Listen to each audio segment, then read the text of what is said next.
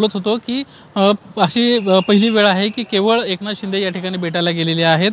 यावेळी याच्या आधी देखील अशा भेटी झालेल्या आहेत, मात्र त्या उघड अशा भेटी नव्हत्या। ही पहिली अशी उघड भेट आहे ज्या भेटीच्या दरम्यान एकनाथ शिंदे या ठिकाणी आलेत आणि गृहमंत्री अमित शहा यांच्यासोबत आपल्याला चर्चा करताना पाहायला मिळाले।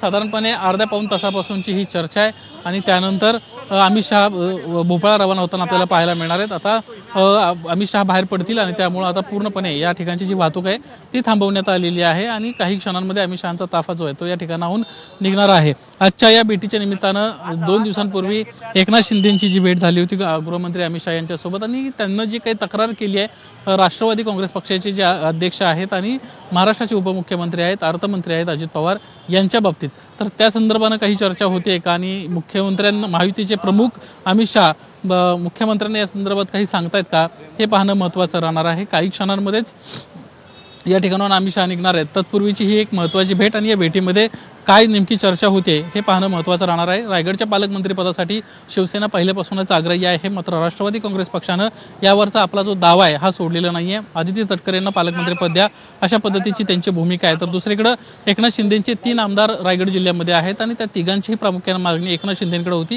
की कोणत्याही परिस्थितीमध्ये भरत गोगावले यांनाच पालकमंत्री केलं गेलं पाहिजे। त्यामुळे या विषयासंदर्भात देखील आज एकट्यामध्ये अमित शहांना सोबत एकनाथ शिंदेनं काही चर्चा केली आहे का हे देखील पाहणं महत्त्वाचं राहील। कारण काल ज्यावेळेस या सगळ्या विषयासंदर्भामध्ये सुनील तटकरे यांच्याशी बोलण्याचा प्रयत्न केला त्यावेळेस त्यांना स्पष्टपणे सांगितलं की रायगडची जी व्हिजिट होती ती केवळ आणि केवळ ते एक स्नेहभोजनाचा कार्यक्रम होता, कुठलीही राजकीय चर्चा त्या भेटीमध्ये झालेली नाही आहे। आणि त्याच्याच दुसऱ्या दिवशी एकनाथ शिंदे जाऊन एकट्यामध्ये जर गृहमंत्र्यांना भेटत असतील तर नक्कीच रायगडचा विषय असेल, अर्थ खात्याचा विषय असेल आणि राज्यातील इतर देखील महायुती सरकारमधून काम करताना येणाऱ्या अडचणी आणि कशा पद्धतीने पुढे गेलं पाहिजे या संदर्भातली चर्चा या भेटीच्या निमित्तानं होताना आपल्याला पाहायला मिळते।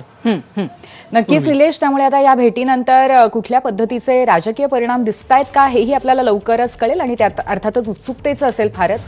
धन्यवाद आपण दिलेल्या माहितीबद्दल।